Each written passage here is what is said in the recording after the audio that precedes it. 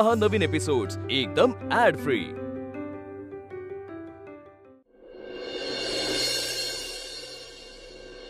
प्रभासची rehearsal room, त्याची rehearsal room म्हणजे जादू आहे, जादू। आणि त्यात प्रभास, तो तर सुरांचा बादशाह। तो एकदा गायला लागला ना की इतर कुठेच कोणाकडेच लक्ष जात नाही, फक्त त्याचं गाणं ऐकत राहावं असं वाटतं। त्या दिवशी मी त्याचं गाणं ऐकलं आणि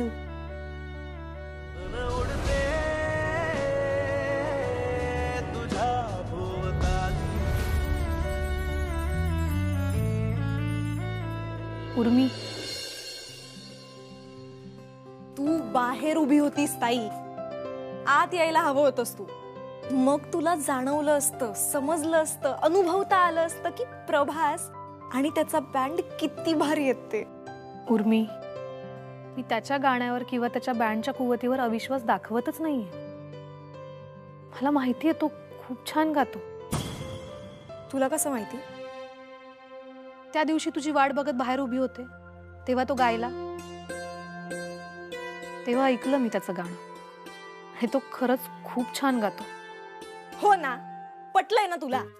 म्हणजे तुझं मत बदललंय। मी लगेच प्रभासला फोन करून सांगते कि मेरी प्यारी बहना तुम्हारे बैंड में शामिल होने के लिए तैयार है। उर्मी, मी हात जोडते, उगाच हट्टीपणा करू नकोस। वेडेपणा करतीये तू, वेडेपणा करतेस हे कळतंय का तुला? ताई, तुझ्या इतका गोड गळा मला दिला असताना देवाने, मी प्रभासला ऑफर दिली असती की प्रभास प्लीज प्लीज मला तुझ्या बँड मध्ये सामील करून घे। फुक्कट गायले असते ताई मी।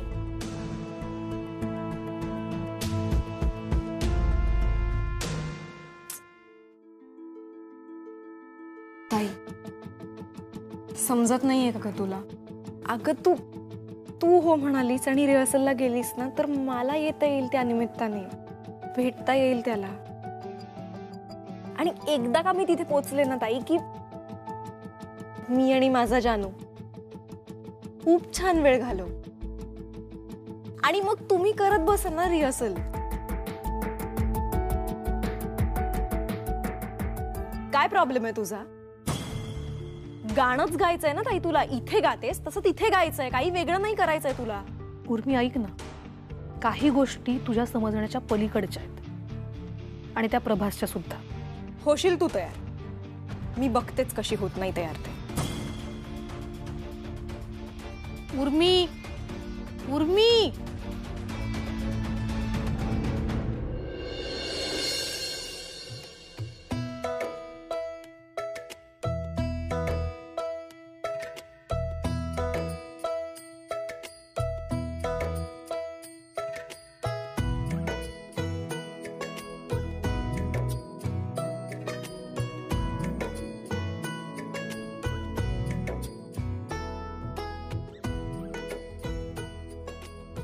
ओके, हाँ जरा बाजूला होता मला बघू दे। बघ, ओके I like it. हाँ, परत तू बोल. हाँ ओके ओके। ए प्रभास आला वाटतं। प्रभास आला वाटतं। एक काम कर, हाँ आम्ही होतो पुढे, तुम्ही या आरामात। हाय, काय बाहेर निघालात? इथे थांबून काय करू? तुझं रोजचं वीणा पुराण सुरू होईल ना? नाहीतर काय, same old story. Let's go cash.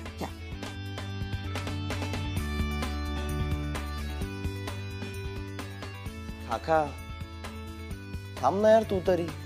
ऐक ना, मला ना भूक लागली आहे, मी ना खाऊन येते काहीतरी। हा, खाऊन येते।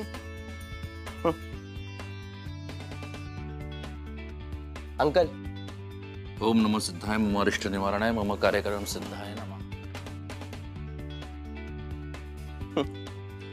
हे माझे बेस्ट फ्रेंड्स आहेत। वाह, हेच असे वागले तर माझं काय होणार आहे?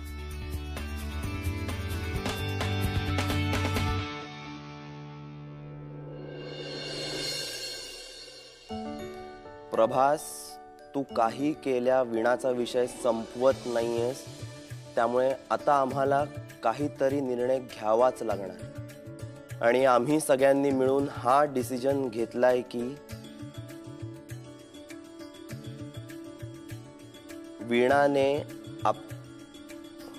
वीणाने आपल्या बँडमध्ये गावं, यासाठी आम्ही सुद्धा प्रयत्न करणार आहोत.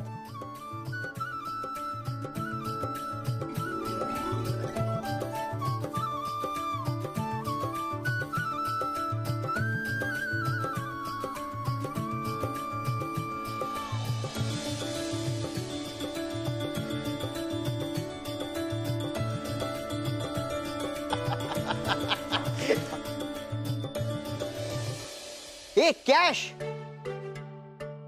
हे तू काय करतेस? हा, बिहेव युअरसेल्फ या. कळते दिसत नाहीये तुला? Thank you guys, thank you so much. This means a lot. तुम्हाला माहित नाहीये तुम्ही माझा भार किती हलका केलाय ते. मला जाम भारी वाटतंय. आता तर वीणा आपल्या बँड मध्ये नक्की गाणार. Well I sure hope so. काय आहे ना प्रभास, तुझी विल पॉवर, तुझं पॅशन, ते काय म्हणाला होतास तू, ते तुझा ध्यास, तुझा ध्यास, हे बघून ना आम्ही सगळे खूप थक्क झालो. सो हा जो मेसेज आहे ना, तो आम्हा सगळ्यांकडून आहे, राईट? थँक्स.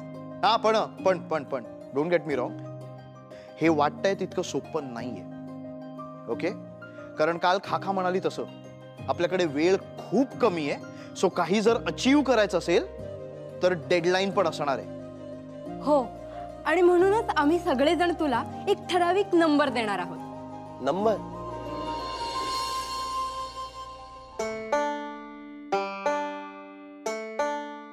काय चाललंय? अंकल, अंकल काय चाललंय तुझं?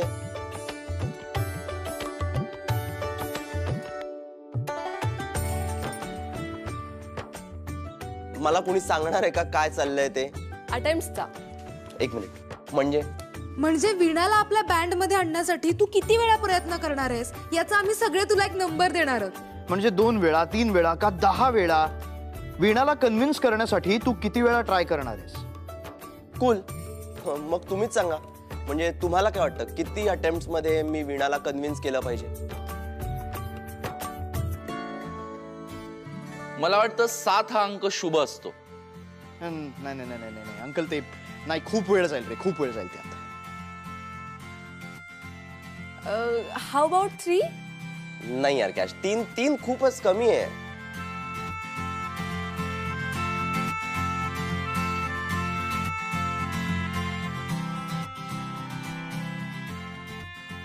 ओके ठीक आहे. 5 चालेल. मी 5 अटेम्प्ट्स मध्ये, सॉरी मी नाही, आपण सगळे 5 अटेम्प्ट्स मध्ये वीणाला कन्व्हिन्स करायचं. Okay? 5 done, 5 done, done. Done. Okay 5 done. पण जर 5 वेळा ट्राय केल्यानंतर सुद्धा वीणा कन्व्हिन्स झाली नाही तर? नाही, तसं नाही होणार. शेवटी म्युझिकच जिंकणार. बघ, वीणा तिच्या आवाजाच्या मर्यादा ओलांडणार.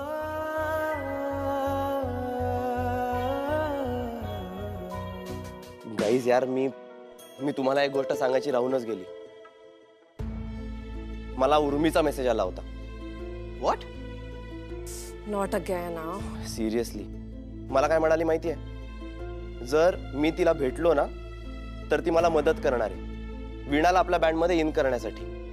अरे मग भेट ना, काय प्रॉब्लेम आहे? ती स्वतः एक प्रॉब्लेम आहे, त्यामुळे ना मला रिस्कच घ्यायची नाहीये. आणि तसंही ना उर्मीची मदत घेणं मला मॉरली पटत नाही. नाही प्रभास, हे बघ तुझे ते तत्व, मॉरल्स, एथिक्स वगैरे बाजूला ठेव यार. वीणाला जर आपल्या ग्रुपमध्ये इन करायचं असेल तर आपल्याला ज्याची कोणाची मदत घ्यावी लागेल ती आपल्याला घ्यावी लागणारच आहे, आणि ती आपण घ्यायची. ओके? हे हो प्रभास, तू एक काम कर, तू ना लवकर उर्मीला मेसेज कर आणि पुढचं सगळं ठरवून टाक. तोपर्यंत मी काहीतरी खाऊन येते, मला खूप भूक लागली आहे रे.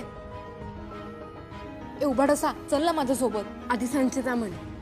संचिता, चल ना माझ्यासोबत. मी आले, बाय.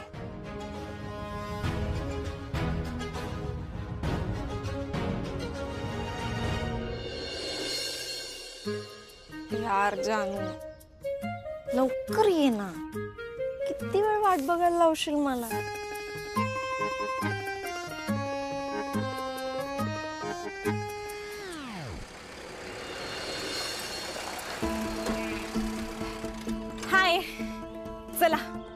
कुठे जाऊन बोलूया? आलं का रे संगमनेर?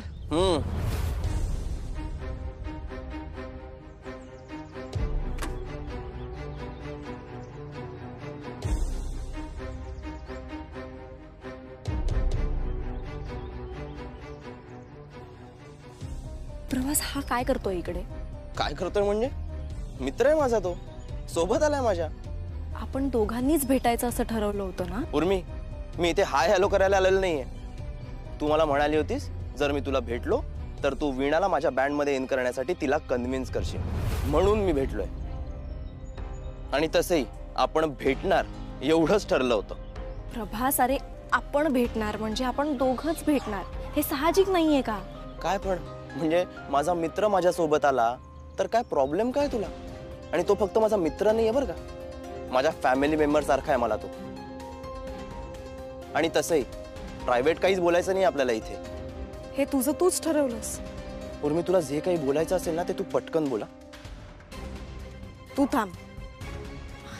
हाय, ऐका ना, सॉरी पण तुम्ही थोडा वेळ कुठेतरी जाल का? म्हणजे कसं आहे ना, मला ह्यांच्याशी तू थोडंसं- कुठेही जाणार नाहीये. अरे ठीक आहे, मी इकडे मिसळपोळी खाऊन येतो तोपर्यंत. अंकल थांब, तो कुठेही जाणार नाहीये. काय करतोयस तू? काय फालतूगिरी चालली आहे तुझी? एका मुलीला भेटायला येताना कोणी असं मित्राला आणतं का रे? तू सांग जा त्यांना कुठेतरी जायला, म्हणजे आपण बोलू शकू. जा. उर्मी, ते शक्य नाहीये. का शक्य नाहीये?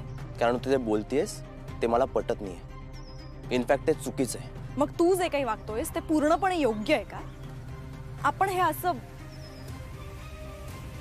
भेटायचंय का चार चौघात? हो, तुला जे काय बोलायचं आहे ना ते इथेच बोलायचं, याच्या समोर. नक्की? हो. बरं ठीक आहे, मग मी एक काम करते, मी निघून जाते इकडनं, तू बस तुझ्या मित्राबरोबर. अंकल चल. प्रभास, प्रभास ऐक, तुझ्या कामाचं काय मग? माझ्या कामाचं मी बघून घेईन. आणि तसे माझं काम होण्यासाठी माझ्या मित्रांचा अपमान मी कधीही होऊ देणार नाही.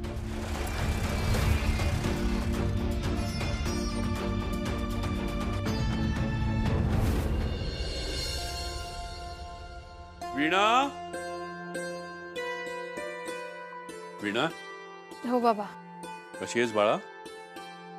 हो, आता बरी आहे. तिला काय धाड भरली आहे? ठणठणीत बरी आहे ती. बरी नव्हती तर लोक घरापर्यंत भेटायला येत होते.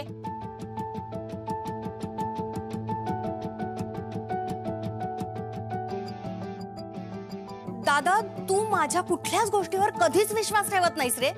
तुला अजून कसले पुरावे देऊ मी? तो मुलगा घरी भेटायला आला होता हे तर तुला कधी खरं वाटलंच नाही, पण किशा घरी आला होता ह्यावर तरी विश्वास ठेवशील ना? त्याची हिंमत कशी झाली या घरात पाऊल ठेवण्याची? आता बघतोच मी त्याला.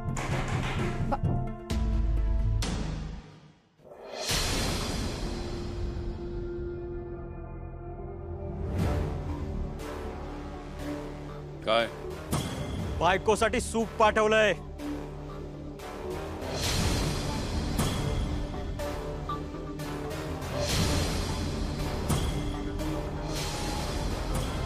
आत्ताच्या आत्ता चालता हो आणि सांग तुझ्या किशाला, पुन्हा माझ्या वीणाचं नाव घेतलंस ना तर याद राख.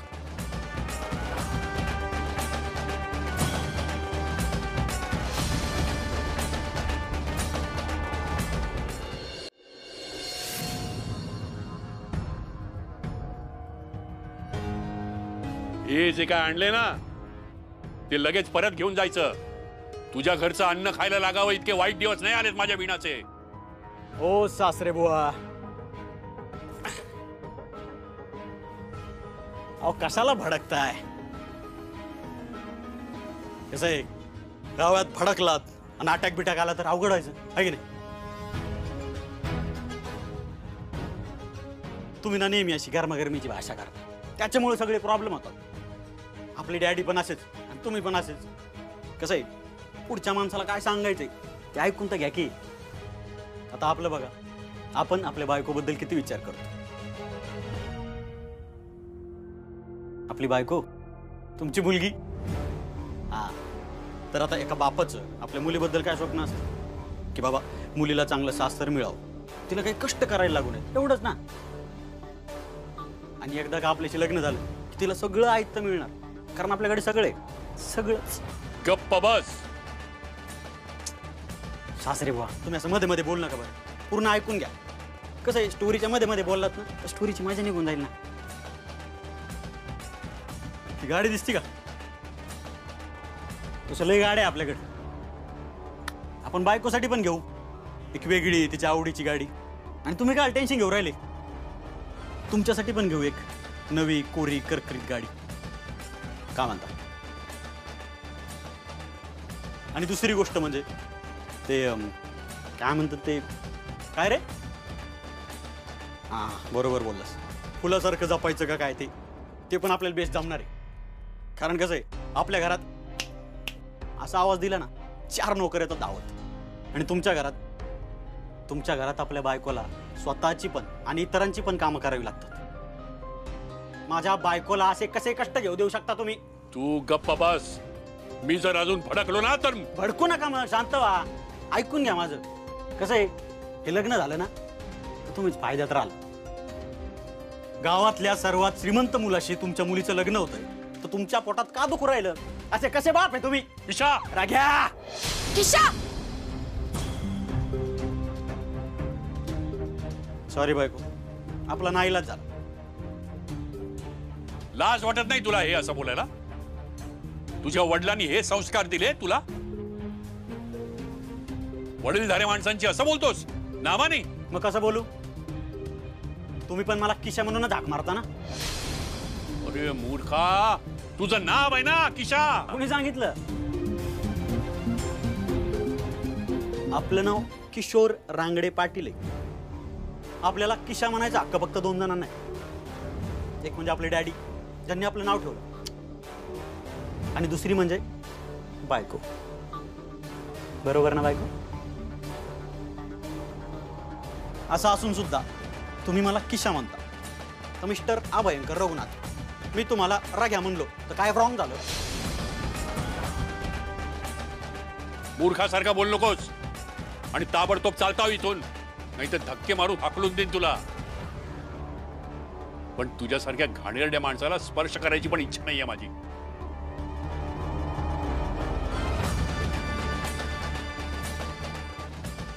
ओके, येतो बाय, काळजी घे.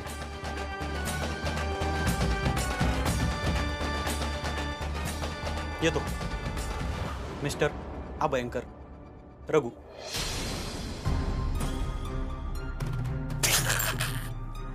चल रे.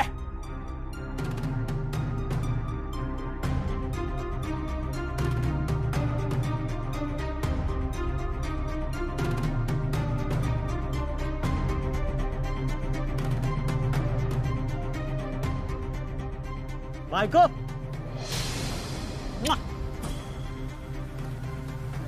Good night. HD TC, bye.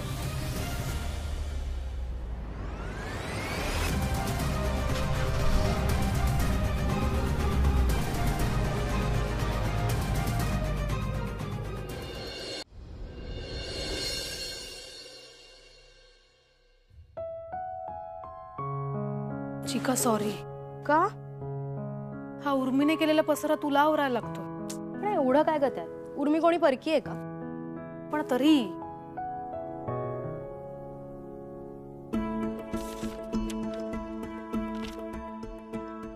विणा, हे पियू काय आहे?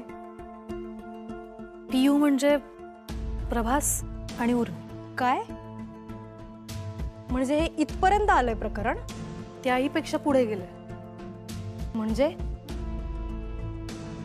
चिका, काल उर्मीने प्रभासला प्रपोज केलंय. चिका ग, हसतेस काय?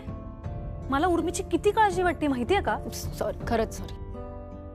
आणि तिला मी बँड मध्ये यासाठी हवी आहे कारण माझ्यासोबत तिला सुद्धा येता येईल आणि प्रभासला भेटता येईल.